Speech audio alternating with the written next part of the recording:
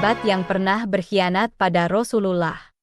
Di tengah hiruk-pikuk kota Yatsrib, yang kemudian dikenal sebagai Madinah, lahir seorang anak laki-laki yang diberi nama Abu Lubabah. Ia tumbuh menjadi pria yang kuat dan berani, namun juga penuh kebijaksanaan dan kebaikan hati. Abu Lubabah adalah sosok yang sangat dihormati di komunitasnya, dan ia selalu berusaha untuk melakukan yang terbaik bagi orang-orang di sekitarnya. Ketika Islam datang ke Madinah, Abu Lubabah adalah salah satu orang pertama yang menerima ajaran baru tersebut. Ia merasa terpanggil oleh pesan kesederhanaan dan keadilan yang disampaikan oleh agama ini. Dengan penuh keyakinan, ia memutuskan untuk memeluk Islam, menjadikannya salah satu sahabat pertama Nabi Muhammad. Abu Lubabah tidak hanya menjadi seorang Muslim, tetapi juga seorang pahlawan bagi umat Islam. Ia berjuang dengan gigih untuk menegakkan agama barunya, menghadapi tantangan dan kesulitan dengan keberanian dan tekad yang tak tergoyahkan. Ia menjadi simbol kekuatan dan ketabahan bagi umat Islam, dan kisahnya menjadi inspirasi bagi generasi Muslim yang akan datang.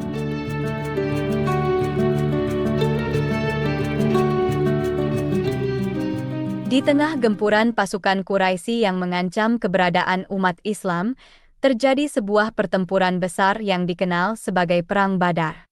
Dalam pertempuran ini, Abu Lubabah ditugaskan oleh Rasulullah untuk memimpin Madinah selama beliau berada di medan perang. Tugas ini bukanlah tugas yang mudah. Abu Lubabah harus menjaga keamanan dan keselamatan penduduk Madinah, memastikan bahwa perkebunan dan daerah perbatasan tetap aman dari serangan musuh. Namun, dengan keberanian dan kebijaksanaannya, Abu Lubabah berhasil menjalankan tugas ini dengan baik. Selama Perang Badar berlangsung, Abu Lubabah tidak hanya menjaga Madinah, tetapi juga membantu mempersiapkan bekal yang dibutuhkan oleh pasukan perang. Ia menggalakkan pembuatan senjata perang bagi kaum muslimin, memastikan bahwa mereka memiliki perlengkapan yang cukup untuk melawan pasukan Quraisy. Setiap hari, Abu Lubabah berkeliling kota, mengunjungi setiap rumah dan bengkel kerja, memastikan bahwa semua orang bekerja dengan semangat dan dedikasi. Ia memberikan semangat dan motivasi kepada mereka, mengingatkan mereka tentang pentingnya perjuangan yang mereka hadapi.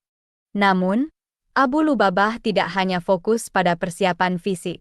Ia juga memahami bahwa perang bukan hanya tentang kekuatan fisik, tetapi juga tentang kekuatan mental dan spiritual. Oleh karena itu, ia juga mempersiapkan diri dan pasukan dengan doa dan ibadah, memohon perlindungan dan pertolongan dari Allah.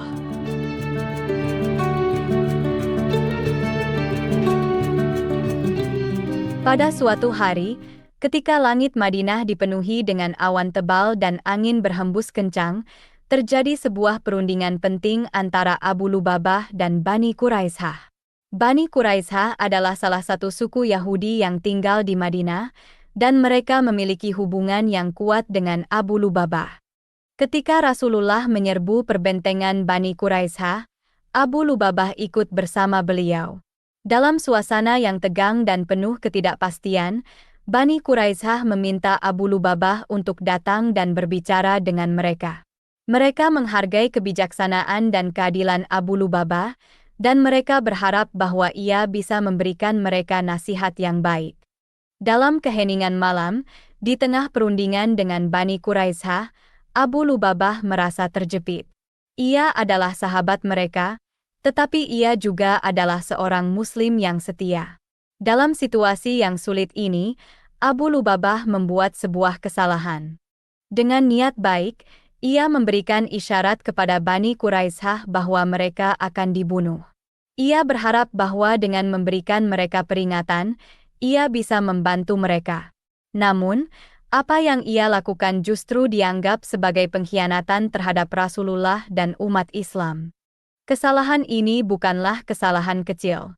Ini adalah kesalahan yang bisa merugikan umat Islam dan merusak hubungan antara Rasulullah dan Bani Quraisyah. Abu Lubabah merasa sangat menyesal dan malu atas apa yang telah ia lakukan. Namun, meski ia telah melakukan kesalahan, Abu Lubabah tidak lari dari tanggung jawabnya. Ia merasa sangat menyesal dan malu atas apa yang telah ia lakukan. Ia sadar bahwa ia telah melanggar kepercayaan Rasulullah dan umat Islam, dan ia bertekad untuk memperbaiki kesalahannya.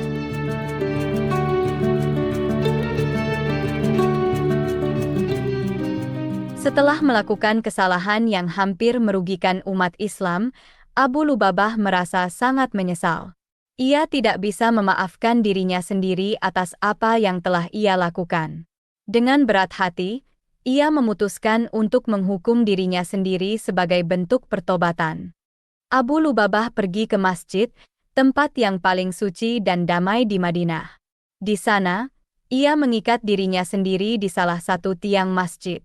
Ia berjanji untuk tidak melepaskan dirinya sampai Allah memberikan pengampunan atas kesalahannya.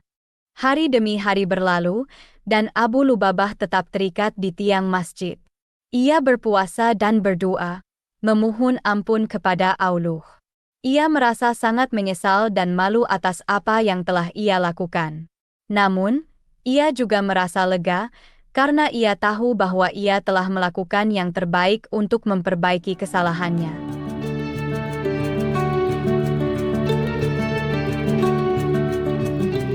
Setelah 7 hari dan 7 malam terikat di tiang masjid, Abu Lubabah merasa lelah dan putus asa.